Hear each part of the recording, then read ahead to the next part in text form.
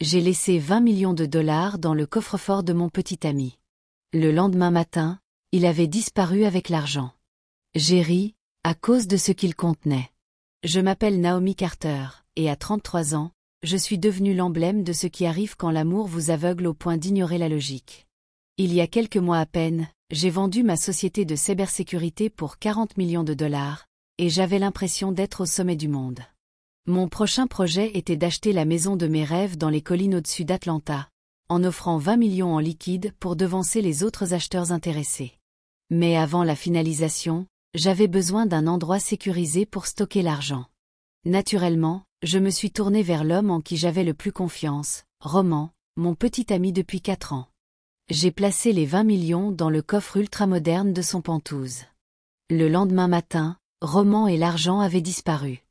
Sans avertissement, sans au revoir, juste un coffre vide et un silence écœurant. Mais si vous pensez que mon histoire s'arrête là, détrompez-vous. Je n'ai pas grandi avec de l'argent ou des privilèges. Mes racines remontent à South Memphis, où j'ai été élevée par ma grand-mère après le décès de ma mère et la disparition de mon père avant que je puisse le connaître. Ma grand-mère, mademoiselle Héloïse, était une enseignante retraitée qui m'a appris 3 choses. L'éducation est non négociable, la confiance doit être méritée, et il faut toujours garder une copie de chaque reçu. Nous vivions dans un duplex étroit de 2 chambres, avec des cafards qui ne payaient pas de loyer et un chauffage qui fonctionnait quand il en avait envie. Les anniversaires étaient modestes, les cadeaux de Noël souvent pratiques, et le dîner était toujours agrémenté de riz et de prières. Je n'étais pas amère, j'étais déterminée. À 16 ans, j'avais économisé assez en donnant des cours particuliers et en travaillant le week-end dans une épicerie pour m'acheter mon premier ordinateur portable. Cette machine encombrante est devenue mon monde.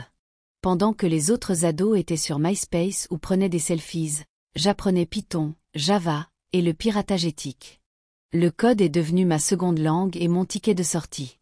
J'ai obtenu une bourse complète pour l'université Howard, où j'ai étudié l'informatique et les mathématiques appliquées. Là-bas, j'ai lancé une hotline technologique gérée par des étudiants et effectué des stages dans 2 grandes entreprises. Mais je n'étais pas faite pour travailler sous la vision de quelqu'un d'autre. Après mon diplôme, je suis revenue à Atlanta et j'ai fondé Cifenest, une petite entreprise qui fournissait des outils de chiffrement de haut niveau aux startups et petites entreprises qui n'avaient pas les moyens des géants. Les 2 premières années ont été brutales. Cartes de crédit à leur limite, nouilles instantanées pour dîner, et plus de refus que je ne pouvais en compter. Mais à la 4e année, la chance a tourné. Nous avons décroché un contrat avec une entreprise fintech noire de premier plan, et cela a ouvert les vannes. La valeur de Cifenest a explosé. J'ai engagé une équipe. J'ai amélioré notre siège. J'ai enfin acheté à ma grand-mère une maison de style ranch confortable, avec un jardin et des panneaux solaires, comme elle l'avait toujours voulu. Et quand un grand conglomérat de cybersécurité de Dubaï m'a fait une offre de rachat de 40 millions, j'ai accepté. C'est alors que j'ai commencé à chercher une maison. C'est aussi à ce moment-là que Roman Alexander est devenu plus investi que jamais dans notre avenir. J'ai rencontré Roman lors d'un événement tech noir, 2 ans après la création de Cifenest. Il était charmant, vif, et déjà couronné de succès, dirigeant une entreprise d'évaluation des risques privés pour des clients internationaux. Nous avons tout de suite accroché.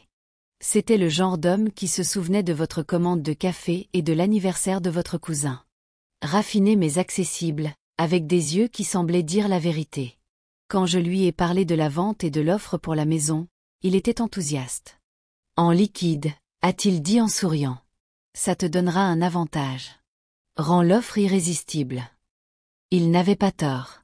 La propriété, un domaine de 8 chambres sur mesure à Buckhead, avec un vignoble et un héliport privé, avait plusieurs offres concurrentes, mais mon agent m'a dit qu'un paiement en liquide ferait la différence. Le problème, c'est que le vendeur insistait pour que l'argent soit disponible à Atlanta le lendemain matin, et les virements bancaires ne seraient pas assez rapides. Laisse-le chez moi, a proposé Roman. Mon coffre est biométrique, renforcé de couches de titane, conçu pour ce genre de situation. J'ai hésité. Je sais ce que tu penses, a-t-il dit doucement. Mais on est ensemble depuis 4 ans. Tu sais qui je suis. Et il avait raison. Du moins, je le pensais. Ce soir-là, Je me tenais dans le Penthouse de Roman pendant qu'un coursier de mon gestionnaire financier livrait 3 mallettes blindées contenant 20 millions de dollars en billets de 100 dollars neufs et intraçables. J'ai regardé Roman taper un code de 16 chiffres, scanner son empreinte digitale, et ouvrir le coffre noir mat qui avait plus de couches qu'un bunker militaire. À l'intérieur, les mallettes s'empilaient parfaitement. J'ai soupiré, rassuré. Je l'aurai prêt pour toi demain matin, a promis Roman, en passant un bras autour de mes épaules. On est en train de construire quelque chose, Naomi. Ce n'est que le début. J'ai passé la nuit chez moi, me préparant pour la visite de la maison prévue le lendemain matin. J'ai envoyé un texto à Roman avant de me coucher, je t'aime. Gros jour demain. Il n'a pas répondu. J'ai pensé qu'il dormait. Le lendemain matin, je suis arrivé chez Roman à 7h45, comme prévu, avec un café dans une main et le dossier du contrat dans l'autre. Mais en sortant de l'ascenseur, quand j'ai vu la porte légèrement entr'ouverte, un frisson glacial m'a parcouru l'échine. Roman, ai-je appelé? Pas de réponse. J'ai poussé la porte. Le Penthouse était impeccable. Presque trop impeccable, le genre de propreté qui semble mise en scène plutôt qu'habitée. Mes talons claquaient sur le parquet alors que je me précipitais vers le coffre. La bibliothèque qui le dissimulait habituellement était déjà écartée. Le coffre était grand ouvert et vide. Les mallettes d'argent avaient disparu. Les vêtements de Roman, disparus. Sa collection de montres, ses œuvres d'art, son porte-vin, même sa brosse à dents, tout avait disparu. Tout sauf un morceau de papier plié, posé sur l'étagère inférieure du coffre. Je l'ai ramassé avec des mains tremblantes. L'écriture était incontestablement la sienne. Désolée, Naomi. Je sais que tu me détestes probablement maintenant, mais je ne pouvais pas laisser passer une telle opportunité. Tu rebondiras. Tu le fais toujours. Roman. Je me suis effondrée sur le canapé, la vue brouillée, la poitrine serrée. Je ne pouvais pas pleurer. Je ne pouvais même pas crier. Je ne pouvais que fixer le vide. L'homme que j'aimais, avec qui j'avais prévu un avenir, venait de partir avec 20 millions de dollars de mon argent. Et ce n'était que le début. Les heures suivantes se sont déroulées comme un cauchemar dont je ne pouvais pas me réveiller. Mes mains n'arrêtaient pas de trembler. Je vérifiais sans cesse le coffre, comme si l'argent allait réapparaître par magie. Mon cerveau refusait d'accepter ce que mes yeux voyaient. J'ai fouillé le Penthouse, ouvert chaque placard, tiroir, armoire. Mais tout était pareil, vide. Même l'endroit sentait l'absence. Pas de parfum, pas de reste de café, juste l'air froid de la finalité. J'ai appelé Roman. Directement sur messagerie. J'ai réessayé, encore et encore. Bloqué. J'ai contacté toutes les personnes qu'il connaissait, son assistant, son coiffeur, même la femme de ménage qui venait 2 fois par semaine. Tous disaient la même chose. Ils n'avaient pas vu ni entendu parler de lui depuis plus de 24 heures. Ça m'a frappé comme une brique. Il avait planifié ça. À 10h, j'étais au poste de police pour déposer une plainte. Je pouvais à peine parler sans m'étouffer. Je lui ai donné accès à 20 millions en liquide. C'était dans son coffre. Maintenant, il est parti. Le jeune officier noir au comptoir m'a regardé comme s'il n'était pas sûr si je plaisantais ou si j'étais délirante. Vous dites que votre petit ami a disparu avec 20 millions de dollars. A-t-il demandé lentement, comme s'il essayait de comprendre. Oui, mon fiancé, techniquement, ai-je corrigé. Il a laissé une note.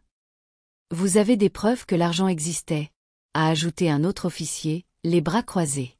J'ai des reçus bancaires, des documents de retrait, des autorisations de transfert, des signatures de coursier, tout.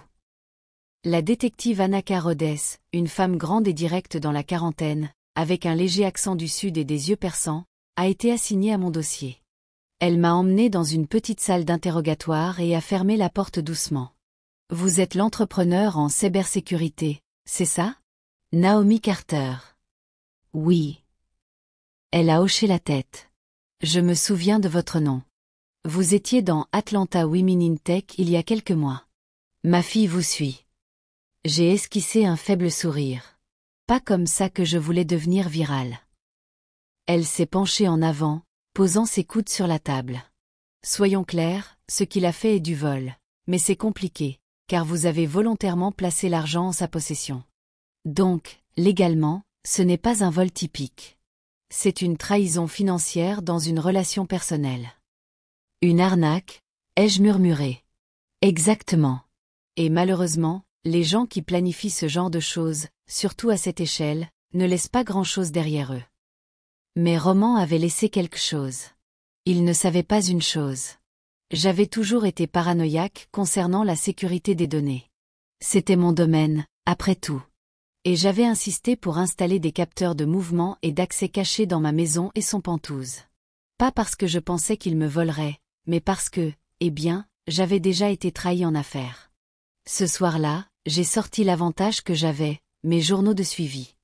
J'ai appelé la détective Rhodes. J'ai des métadonnées du verrou numérique de son coffre. Il a été ouvert à 3h17 et refermé à 3h24. Et j'ai des images de surveillance de l'ascenseur qui le montrent en train de partir avec 3 mallettes.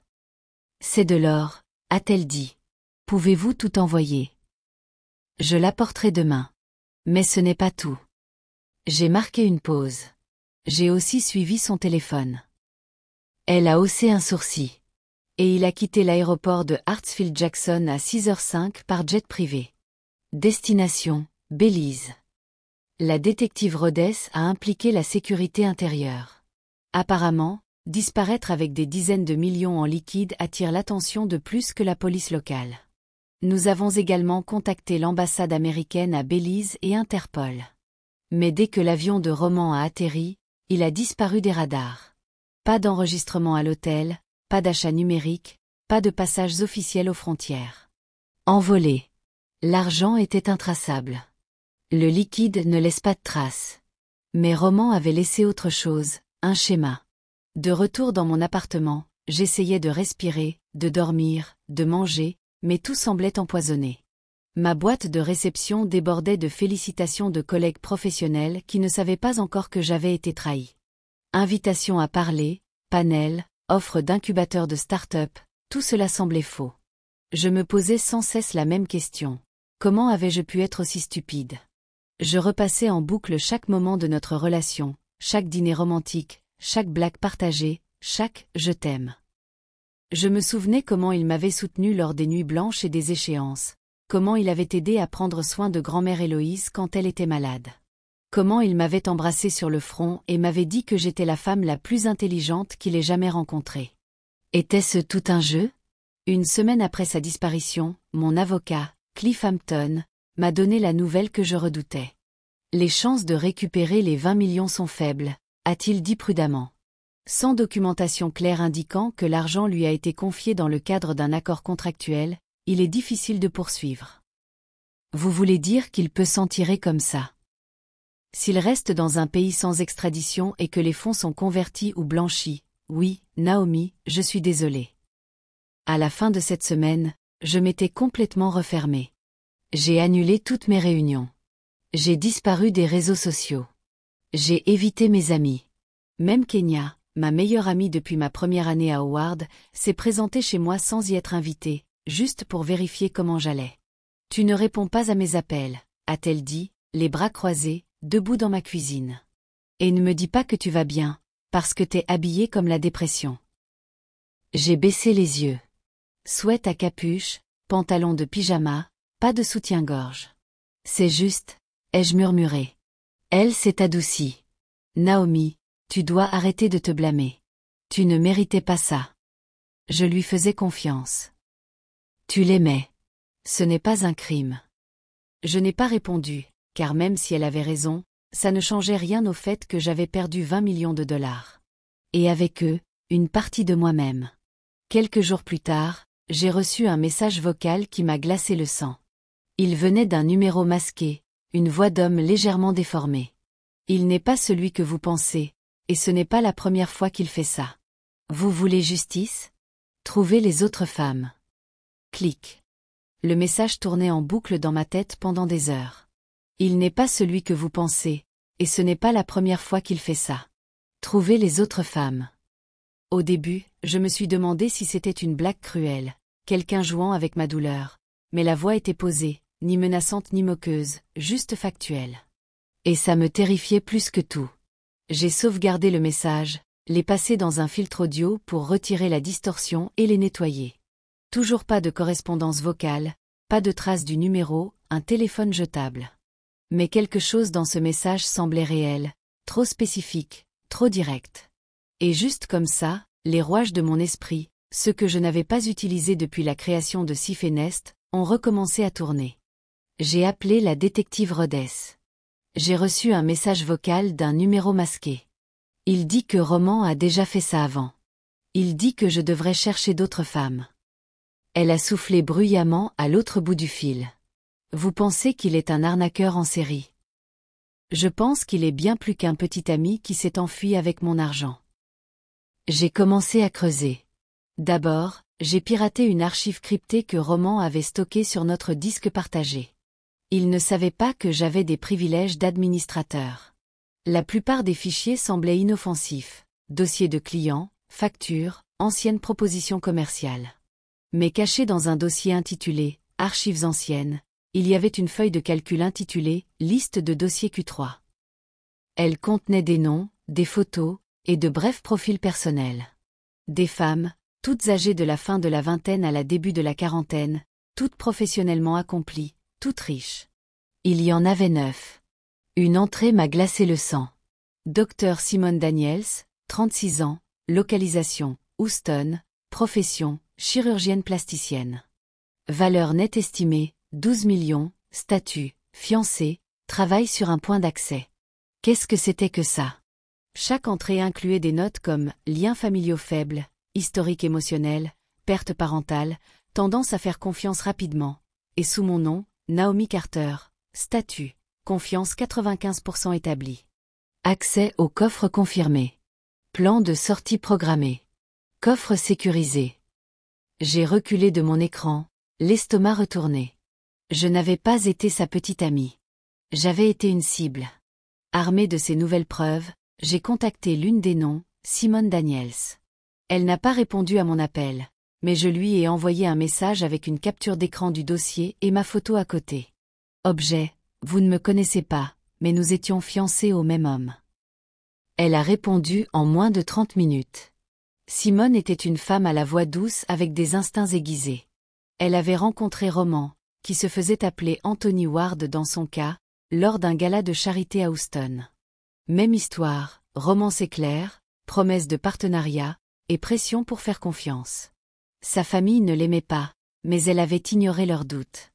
Il avait une réponse à tout, m'a-t-elle dit lors d'un appel vidéo. Il me faisait sentir comme la seule femme au monde. Puis il m'a convaincu de lui confier temporairement une partie de mon portefeuille d'investissement pendant un gel de crypto-monnaie. Combien? Ai-je demandé. 800 000 $. Il m'a pris 20 millions, ai-je dit platement. Simone a fermé les yeux. Mon Dieu. Et il a une liste, Simone. Avec ton nom, le mien, cette autre femme. Ce n'était pas un accident. C'était un système. Avec l'aide de Simone et d'une autre femme de la liste, Jade Wallace, une capitale risqueuse de Chicago qui avait perdu 2,4 millions, nous avons formé un groupe de discussion privée appelé le Fire N. Nous n'étions pas juste des victimes. Nous étions une force d'action. Nous partagions des détails, des chronologies, des reçus, des emails, des appels, même d'anciennes photos. Roman utilisait différents pseudonymes, mais les schémas étaient les mêmes. Son métier était la tromperie. Ses clientes étaient des femmes riches. Son arme était l'intimité. La détective Rhodes ne pouvait pas ouvrir une affaire multi-étatique officielle sans autorisation fédérale, mais elle a accepté de coordonner ce qu'elle pouvait localement. Pendant ce temps, j'ai contacté mes anciens contacts en cybersécurité, dont Mika Johnson, qui dirigeait un laboratoire de forensique numérique à Austin. « Tu veux traquer un fantôme », a-t-il dit quand je lui ai expliqué. Mais les fantômes laissent des traces aussi. Il faut juste savoir où regarder. Mika a retracé la dernière localisation connue de Roman à la Barbade grâce à des enregistrements de voyage cryptés sous le nom de Malik Rivers. Le même téléphone jetable avait été détecté près d'un complexe hôtelier privé 48 heures plus tôt. Le lendemain matin, la trace numérique de Roman s'est éteinte à nouveau, mais le Fire N était désormais éveillé. Jade a proposé d'engager un détective privé. Simone a commencé à parler à une journaliste d'un podcast sur la finance au féminin. J'ai appelé Cliff et lui et demandé ce qu'il faudrait pour monter un dossier juridique pour fraude financière répétée à travers plusieurs États. Ça pourrait être ton chemin de retour, m'a-t-il dit. Pas seulement légalement, mais émotionnellement. Ce soir-là, je me suis assise dans mon appartement, relisant la note que Roman avait laissée dans le coffre. Tu rebondiras. Tu le fais toujours. Et il avait raison. Mais ce qu'il n'avait pas prévu, c'est que je ne me contenterais pas de rebondir. J'allais revenir pour lui. 2 mois s'étaient écoulés depuis que Roman avait disparu avec les 20 millions. Mais maintenant, je n'attendais plus la justice. Je l'ingéniais. Et je n'étais plus seule. Les femmes du groupe, le Fire-N, étaient passées d'inconnues à des sœurs de survie. Ensemble, nous avions cartographié tout ce que nous savions. Pseudonymes, comptes, habitudes de voyage, même les phrases exactes que Roman utilisait pour nous manipuler. Simone avait le petit ami technophile. Jade avait l'enquêteur d'élite. Et moi, j'avais les reçus et la rage. Chaque histoire de femme était différente, mais la structure était la même. Roman, ou Malik, Anthony, Jared, ou Devon, avaient créé une version de lui-même parfaitement adaptée à nos points faibles émotionnels. C'était de la manipulation pure. Poli jusqu'à en devenir un article, il ne volait pas comme un criminel. Il extrayait comme un chirurgien. La véritable percée est venue quand l'enquêteur de Jade a retracé une société écran au Panama liée à une propriété de luxe que Roman avait achetée en liquide. Mika, mon ami hacker, a passé au crible les identités numériques de Roman. Il a identifié un signal, une adresse email unique utilisée pour vérifier au moins 3 de ses fausses identités. Et de là, nous avons obtenu un schéma. Roman utilisait toujours des comptes email jetables, chacun masqué par un VPN. Mais il a commis une erreur. Il s'est connecté à l'un de ses comptes via le Wi-Fi d'un hôtel au Portugal, qui n'était pas correctement crypté. Nous l'avions. La détective Rhodes a travaillé avec Mika et la sécurité intérieure pour émettre une alerte de capture privée. Pas un mandat d'arrêt complet, mais une alerte pour tout voyage impliquant les pseudonymes connus. Et j'avais un plan pour le faire sortir de sa cachette. Ça a commencé par un mensonge. J'ai créé une fausse plateforme fintech avec de faux investisseurs et une fausse couverture dans des magazines économiques. Nous l'avons appelé Novalink Venture. Jade a payé pour le site. Simone a géré le buzz sur les réseaux sociaux. Kenya a demandé à une amie en relations publiques de faire circuler la rumeur que Novalink cherchait un partenaire discret pour gérer des portefeuilles crypto totalisant plus de 30 millions de dollars. En 10 jours, un certain Marcus Dubois a pris contact via un domaine familier. L'email était décontracté, confiant, du pur roman. J'ai travaillé avec des clients à haute valeur nette à l'échelle mondiale. La discrétion est mon deuxième prénom. Organisons un appel. J'ai dit aux filles, il mord à l'hameçon. Nous avons organisé un Zoom sous un faux nom, Atlanta Fields, prétendue directrice générale de Novalink. Roman est apparu avec une nouvelle barbe, des cheveux plus longs, et des lunettes de soleil, mais je l'ai reconnu instantanément. Ce même calme suave, ce même sourire en coin juste sous la surface. Il pensait être le plus intelligent dans la pièce. Elena lui a posé des questions financières détaillées, dont la plupart étaient volontairement fausses, conçues pour déstabiliser un vrai professionnel. Il a passé tous les tests. À la fin de l'appel, Elena a dit qu'elle aimerait le faire venir à Lisbonne pour une réunion privée avec le conseil d'administration de l'entreprise. Il a accepté. Ce qu'il ne savait pas, c'est que la sécurité intérieure et la police nationale portugaise l'attendraient. J'ai pris l'avion pour Lisbonne avec Kenya et Simone à mes côtés. Jade nous a rejointes virtuellement depuis Chicago. Pendant le vol, je ne pouvais pas arrêter de trembler. Ce n'était pas de la peur, c'était de l'anticipation. J'avais attendu trop longtemps pour obtenir une closure. Quand nous avons atterri, les officiers ont pris le relais. Le plan était simple. Roman arriverait dans un hangar privé pour rencontrer le conseil de Novalink, où des agents en civil étaient postés. S'il résistait, il le neutraliserait discrètement. Sinon, nous serions là avec une équipe juridique pour lui remettre une documentation officielle de nos plaintes et geler ses actifs avant qu'il ne puisse les déplacer à nouveau. Il est entré, cool comme à son habitude, costume de créateur, mocassin poli, imperturbable. Puis il m'a vu. La façon dont son visage s'est décomposé valait presque l'argent qu'il avait volé. Naomi, a-t-il dit, les lèvres légèrement entr'ouvertes. Je me suis avancé. Bonjour, Roman. Ou devrais-je dire Marcus, Malik, Anthony? Choisis. Son sourire en coin est revenu, tremblant. Tu es magnifique. Je ne peux pas en dire autant, ai-je répondu, les bras croisés. 2 officiers portugais se sont avancés derrière lui. Ses yeux ont balayé la pièce, cherchant des issues. Je sais ce que tu penses, ai-je dit calmement. Mais tu n'as plus d'option. Cette fois, tu t'es fait prendre. Simone s'est avancée à son tour. Tu te souviens de moi, n'est-ce pas? Houston, chirurgie plastique, gala. La voix de Jade a retenti depuis l'iPad sur la table. À Chicago, tu m'as promis un partenariat.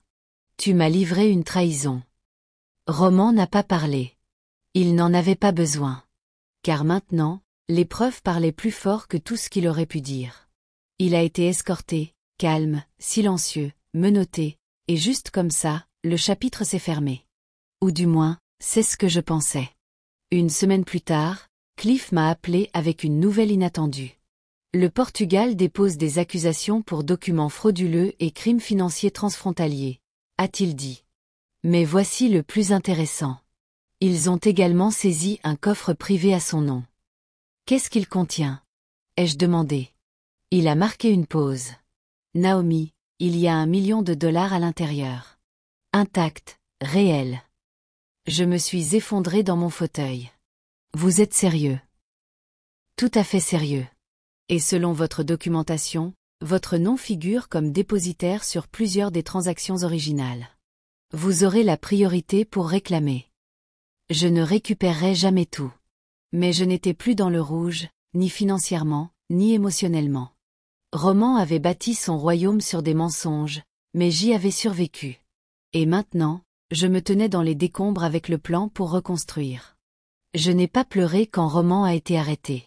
Je n'ai pas pleuré quand les fonds ont été récupérés. Et je n'ai pas pleuré quand je suis rentré dans mon appartement avec la lettre officielle confirmant que je récupérerais $11 millions du coffre portugais. Mais les larmes sont venues de manière inattendue quand je me suis retrouvé seul dans ma cuisine, tenant un chèque pour une partie de l'argent volé, et que j'ai réalisé quelque chose de plus profond. Je n'étais plus brisé. Je guérissais. Le procès de Roman a été fixé à Lisbonne, mais j'ai choisi de ne pas y assister. Les autorités portugaises l'ont accusé de fraude internationale, de tromperie par virement bancaire, de falsification d'identité et de possession de documents contrefaits. Simone et Jade ont toutes 2 témoigné virtuellement. Le reste du Fire N a soumis des affidavits. À la fin, Roman a été condamné à 14 ans dans une prison de haute sécurité, sans échappatoire d'extradition, sans caution, juste du béton froid et les conséquences qu'il n'avait jamais pensé affronter. De retour à Atlanta, la poussière retombait enfin.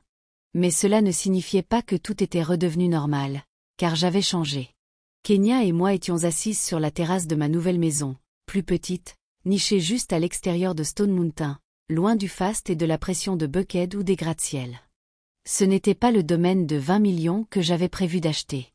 C'était mieux. C'était la paix.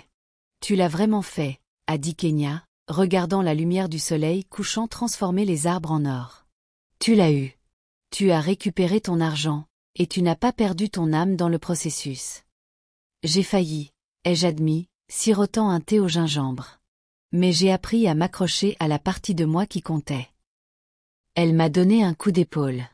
Tu retournes dans la tech. En quelque sorte, ai-je répondu. J'ai créé un fonds, l'initiative Carter Vault. C'est pour les femmes entrepreneurs, en particulier les femmes noires.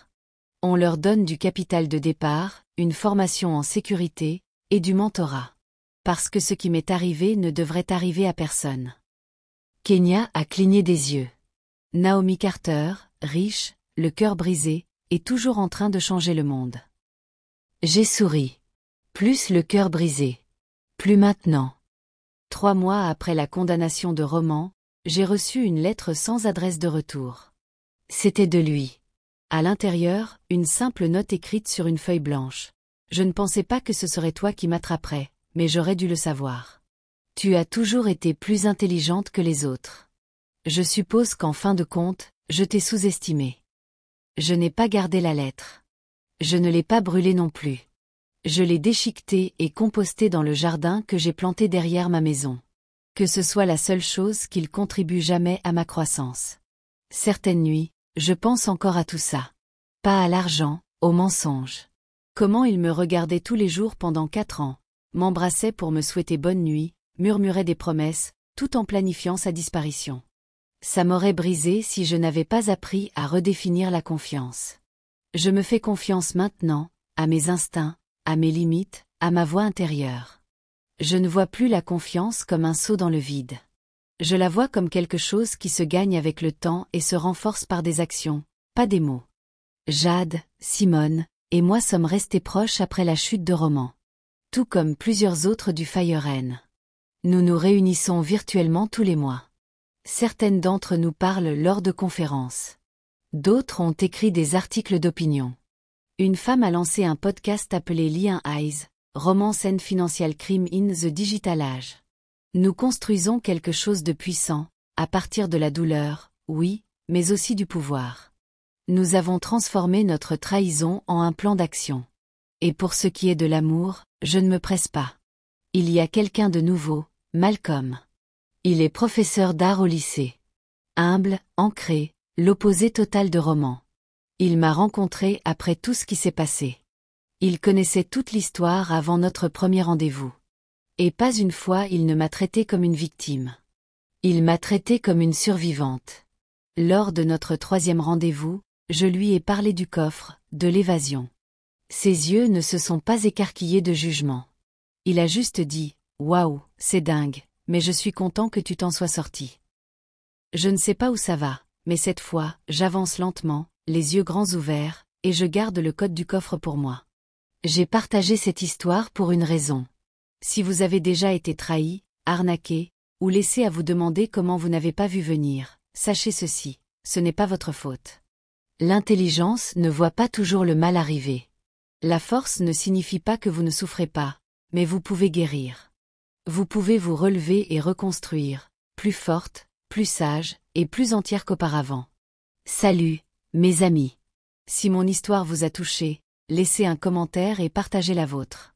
Likez, abonnez-vous, rejoignez une communauté de survivantes qui n'ont pas honte de ce qu'elles ont perdu, car nous savons qui nous sommes devenus. Et parfois, la personne que vous devenez après la trahison est celle que vous étiez destinée à être depuis le début. Merci de m'avoir écouté, et souvenez-vous, faites confiance avec prudence, mais ne cessez jamais complètement de faire confiance.